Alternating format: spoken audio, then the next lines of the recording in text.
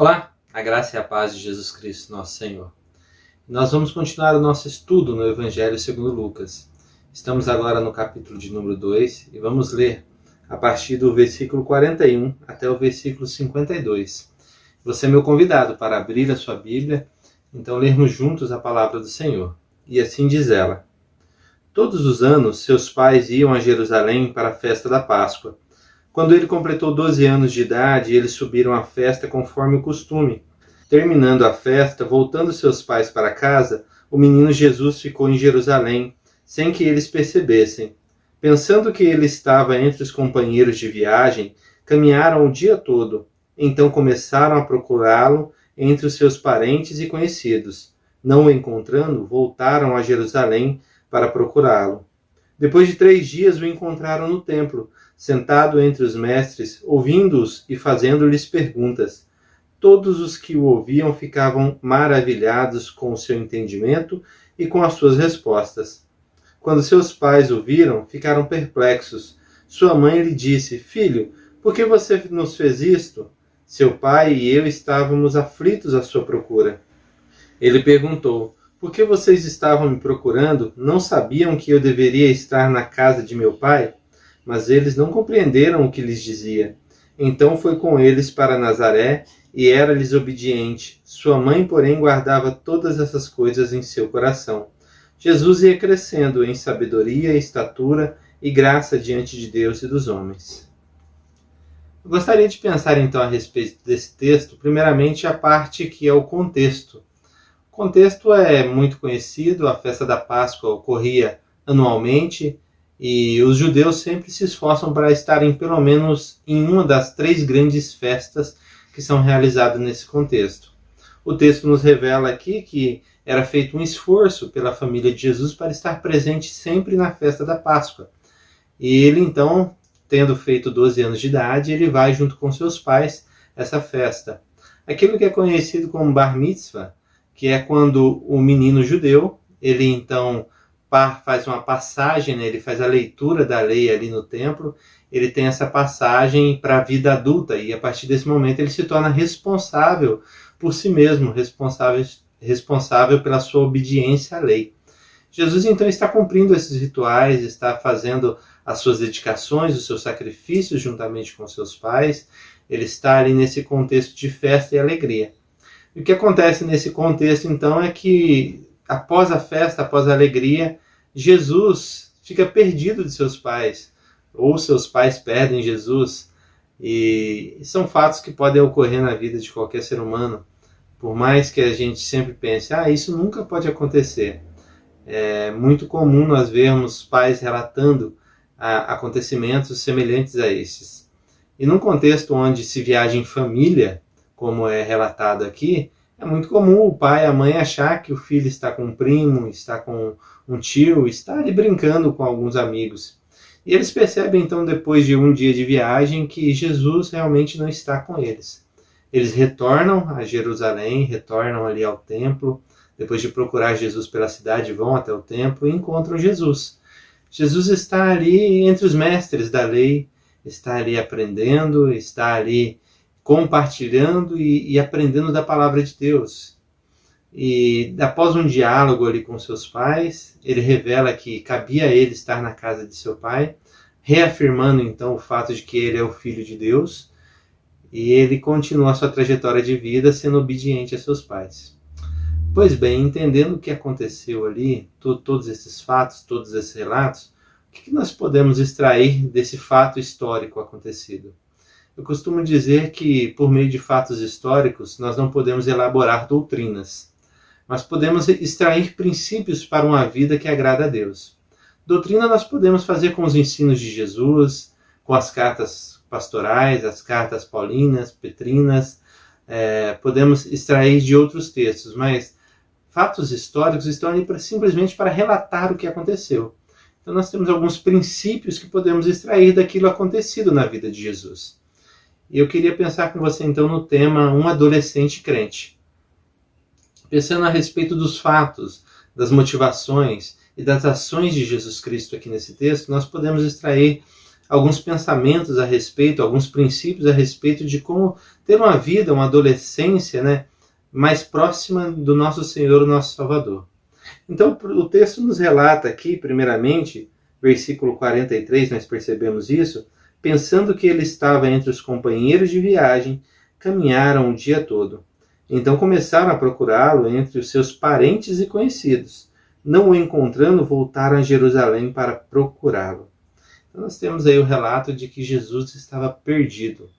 E muitos são os jovens que se perdem, os adolescentes que se perdem. Muitos pais relatam que perderam seus filhos para o álcool, para as drogas, para algum tipo de vício, para alguma amizade indesejada, para o próprio pecado em si, né? Aquela essência pecaminosa, quando o jovem se revolta ali na adolescência, ele quer abraçar todos os pecados do mundo, todas as malícias do mundo, e acaba se voltando para uma vida que não é compatível com aquilo que é o querer de Deus. Nós temos um relato muito interessante de um jovem que se perde justamente nesse sentido, lá no capítulo 15 de Lucas, quando é contada a parábola do filho pródigo. Ansioso pelos bens do mundo, ansioso pelas coisas do mundo, o jovem pede para que o seu pai dê herança a ele. E o pai faz isso, mas o filho gasta tudo com bobagens, tudo com coisas que não vão dar crescimento, vantagens, nenhum tipo de edificação a ele. E quando ele está literalmente na lama, comendo da comida dos porcos, ele pensa e se lembra da casa de seu pai. E ele volta atrás e vai até o seu pai, e o seu pai lhe trata com perdão, com carinho e com amor. Mas é interessante como muitos jovens já se perderam e continuam se perdendo nessa realidade. Hoje nós temos muitos outros ambientes que os jovens se perdem. Se perdem na própria internet, na quantidade de informações que recebem, nos vícios de jogos. Alguns jovens, eles acordam e ficam ali no computador de manhã e atravessa seu dia inteiro ali fazendo aquilo e às vezes à noite também jogando. Então é uma quantidade de vícios enorme, uma quantidade de coisas externas, né, que vão aliciando as crianças. Então nós vemos que tem muitos jovens perdidos e é uma tristeza para o pai ver um filho perdido. É uma grande angústia. Mas qual que é a diferença de Jesus aqui? Jesus está perdido. Mas para onde que ele vai? Ele vai para a casa do Pai. Ele vai para o templo. Versículo 46 vai dizer: depois de 3 dias o encontraram no templo. Então nós percebemos que Jesus está no templo. Ainda que está perdido os seus pais o encontram no templo. E que interessante, que bom seria que seus pais pudessem perder alguns filhos para os templos, para uma vida devocional a Deus, para uma vigília, para que os pais pudessem perder seus filhos, mas perder seus filhos para Deus, para que seus filhos se voltassem para Deus e se dedicassem a servir a Deus. Que interessante que isso seria. E é muito interessante porque quando você encontra um filho que quer buscar a Deus, que ama a Deus, que está ali querendo e desejoso em ir ao templo, o meu conselho para você, pai, é que você incentive, que você proteja, que você guarde, que você leve ele, se possível, e vá junto. Mas incentive seu filho a ir ao templo, sim.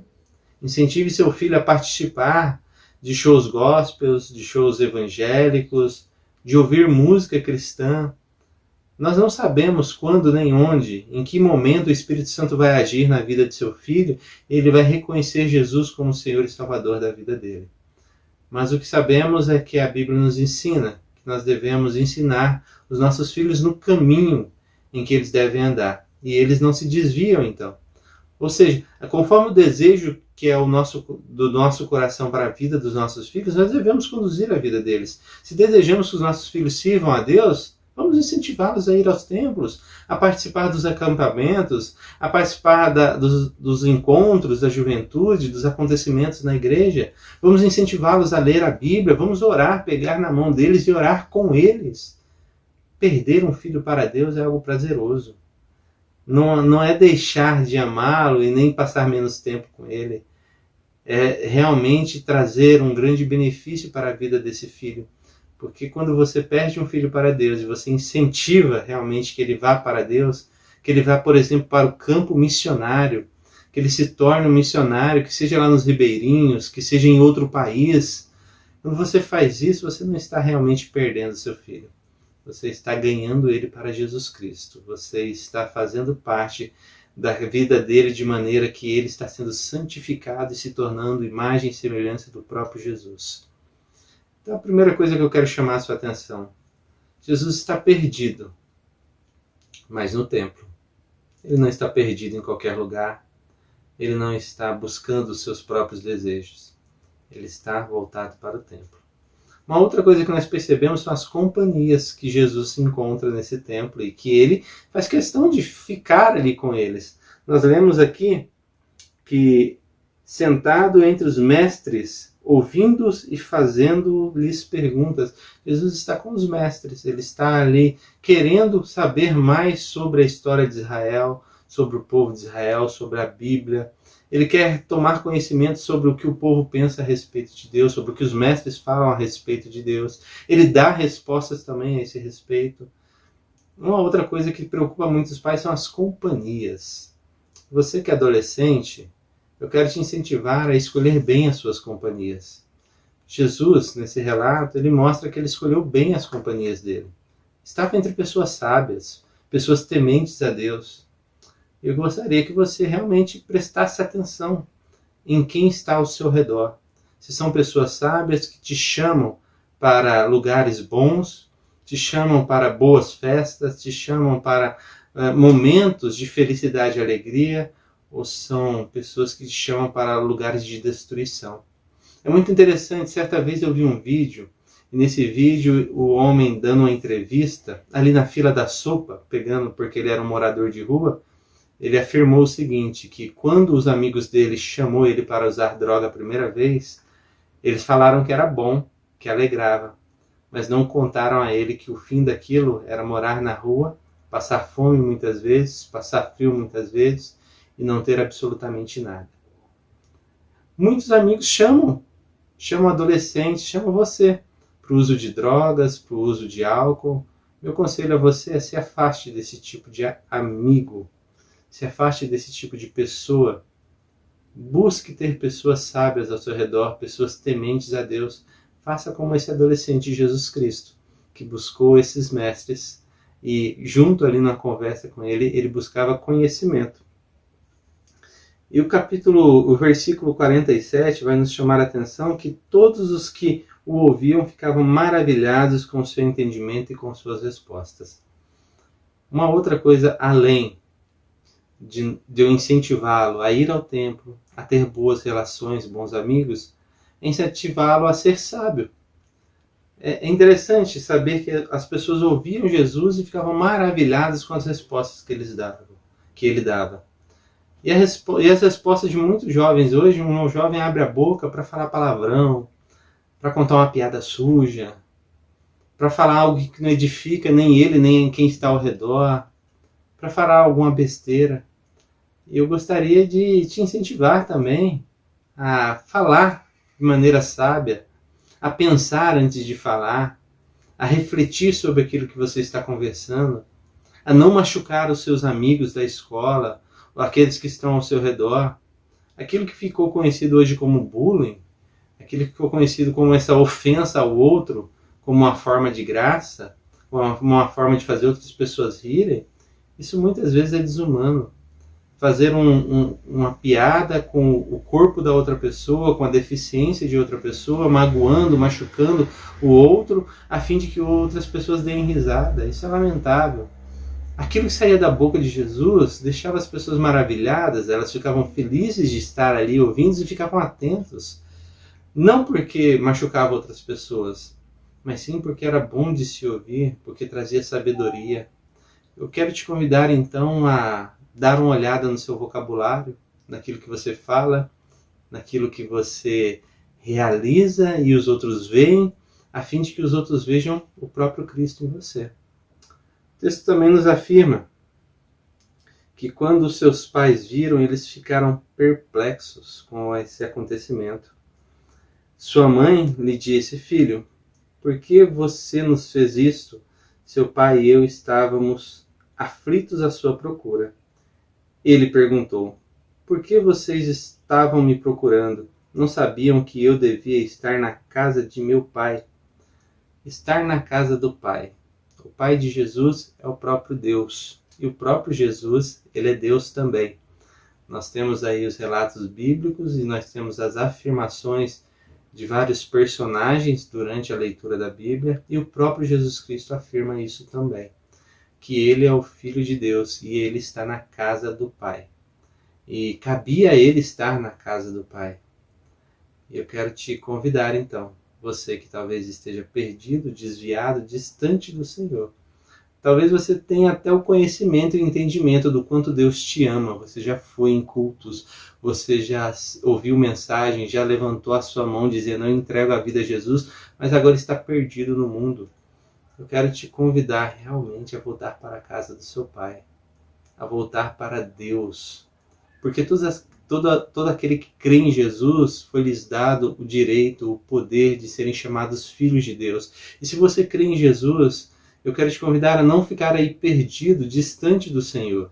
Eu quero te convidar a fazer como Jesus, ir para a casa do Pai, estar em um relacionamento íntimo, sincero, profundo com Deus, a fim de que a sua vida seja moldada, transformada, a fim de que você se pareça cada vez mais com Jesus, se pareça mais com seu próprio Pai, se pareça mais com Deus. Cabe a você estar na casa do Pai. Mais importante é estar na casa do Pai. E se você não conhece, se você nunca foi a uma igreja, se você nunca ouviu o Evangelho, eu quero dizer que o homem estava perdido em seus delitos e pecados. Ele estava morto em seus delitos e pecados. Ele é escravo do pecado, mas quando Jesus Cristo vem a essa terra, ele vive no nosso meio, ele morre em uma cruz, ele paga pelos nossos pecados, ele vence a morte, ele ressuscita, ele nos dá essa possibilidade de sermos libertos também de toda essa escravidão que o mundo tenta nos impor. E você pode viver essa liberdade. Mas liberdade só é liberdade quando você usa ela, quando você faz uso dela. É como se alguém abrisse uma cela e dissesse, pode sair. Você só é livre se você sair daquela cela. Se você entender que quando você aceita Jesus, você não precisa mais viver no pecado, você está livre, você sai dessa cela e você vive com Jesus a sua vida. Você não precisa ficar mais preso, você precisa ser liberto. Então eu quero te convidar a estar na casa do Pai, a estar presente junto ao Deus que te ama. E por fim, nós vemos que esse adolescente Jesus, ele era obediente, versículo 51. Então foi com eles para Nazaré e era-lhes obediente. Sua mãe, porém, guardava todas essas coisas em seu coração. Jesus ia crescendo em sabedoria, estatura e graça diante de Deus e dos homens. Não há como ser cristão, não há como ser um adolescente, um filho crente, sem realmente ser obediente. Você estar dentro de uma igreja e dizer eu amo Jesus, eu amo Deus, mas quando você sai daquele ambiente, você desobedece, maltrata seus pais, isso é incoerente. Você deveria repensar isso, caso você tenha vivido ou esteja vivendo isso. A maneira como você fala com seus pais, a maneira como você age com seus pais, a maneira como você é submisso a eles, eles têm autoridade sobre a sua vida sim. Eles te criaram, eles te amam, eles cuidam de você. Então é necessário que você obedeça assim a eles, seja respeitoso a eles e tenha o pleno cuidado de fazer com que eles se orgulhem de você.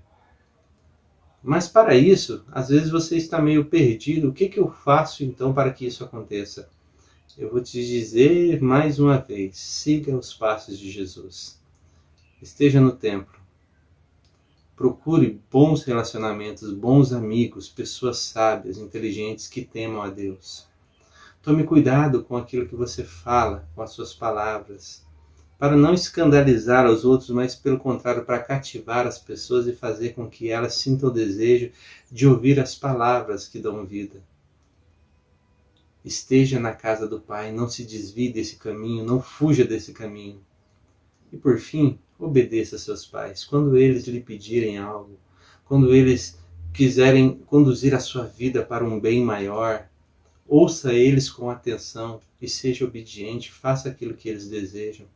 Tenha o cuidado de fazer isso com todo zelo, com todo amor, com todo carinho, Porque esse relacionamento entre pai e filho, ele é um relacionamento delicado.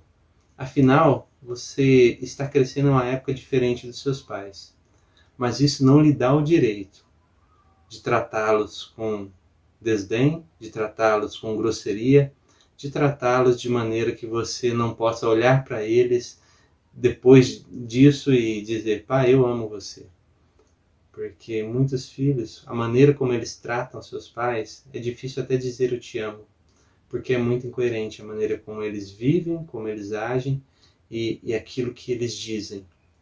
Então obedeça a seus pais, trate eles com respeito, com cuidado e zelo. Por fim, eu quero incentivar você que é adolescente a nunca, jamais se desviar da casa do Senhor. Permaneça sempre firme servindo a Deus. Se você não conhece ainda Jesus, busque um amigo que seja cristão, busque uma igreja próxima a você, busque Jesus Cristo, abra uma Bíblia, pegue uma Bíblia. Você encontra a Bíblia em vários lugares, leia os Evangelhos, você vai conhecer Jesus Cristo. E caso você queira fazer isso agora, o meu convite para você é: vá ao teu quarto, ou convide sua mãe ou seu pai, e ore com ele, pedindo para que Jesus Cristo entre no seu coração, entre na sua vida e transforme todas as suas ações, as suas atitudes, para que você seja um grande filho. Um filho assim como Jesus Cristo foi. Que Deus abençoe você. Que Deus abençoe a sua família. Um forte abraço e até o próximo encontro. E você, que foi abençoado por esse vídeo, eu quero te convidar a se inscrever no canal, a compartilhar o vídeo, a curtir o vídeo e a propagar a palavra de Deus. Não deixe de falar de Jesus Cristo àqueles a quem você conhece. Seja um desses sábios que estão ao redor de Jesus. Seja um desses que propaga a palavra de Deus, que fala do Jesus Cristo, que nos traz a salvação. Forte abraço e até o próximo encontro.